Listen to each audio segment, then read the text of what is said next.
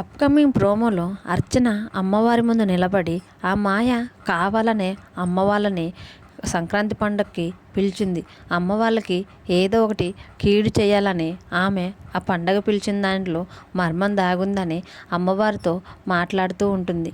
ఒకవేళ మాయ ఏదైనా అమ్మకి కీడు చేయాలని చూస్తే మాత్రం నువ్వే ఎలాగైనా అమ్మని కాపాడాలమ్మా అని అర్చన అమ్మవారి ముందు నిలబడి వేడుకుంటూ ఉంటుంది.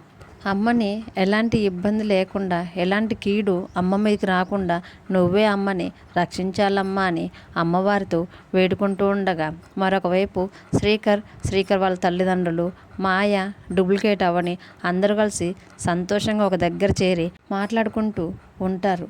తర్వాత నిజమైన అవని సామి మంత్ర ప్రభావంతో మత్తుకులోనే బెడ్ మీద పండుకొని ఉంటుంది.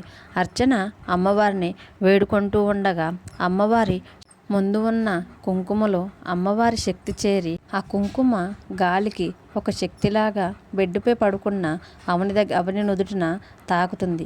అమ్మవారి శక్తి ప్రభావం ఎప్పుడైతే అవని నుదుటిన తాకిందో ఒక్కసారిగా అవని లేచి కూర్చుంటుంది. స్వామి చెర నుంచి విముక్తి లభించిన అవనికి మత్తు వదిలిపోతుంది. వెంటనే అవని లేచి సంక్రాంతి పండుగకు శ్రీకర్ వాళ్ళ ఇంటికి వెళ్ళాలి కదా అని లేచి శ్రీకర్ వాళ్ళ ఇంటి వైపు వస్తూ ఉంటుంది.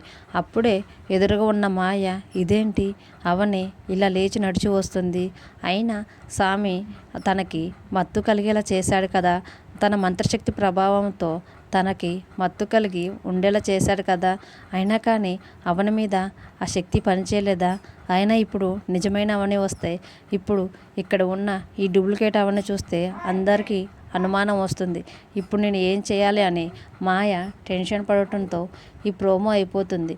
ఇవి చూద్దాం మరి నిజమైన అవనిని చూసిన మాయ తిరిగి మళ్ళీ ఏం ప్లాన్ చేస్తుందో అప్కమింగ్ ఎపిసోడ్స్లో చూద్దాం. ఈ వీడియో కనుక మీకు నచ్చితే ప్లీజ్ ఒక లైక్ చేసి మన ఛానల్ని సబ్స్క్రైబ్ చేసుకోండి. Thanks for watching.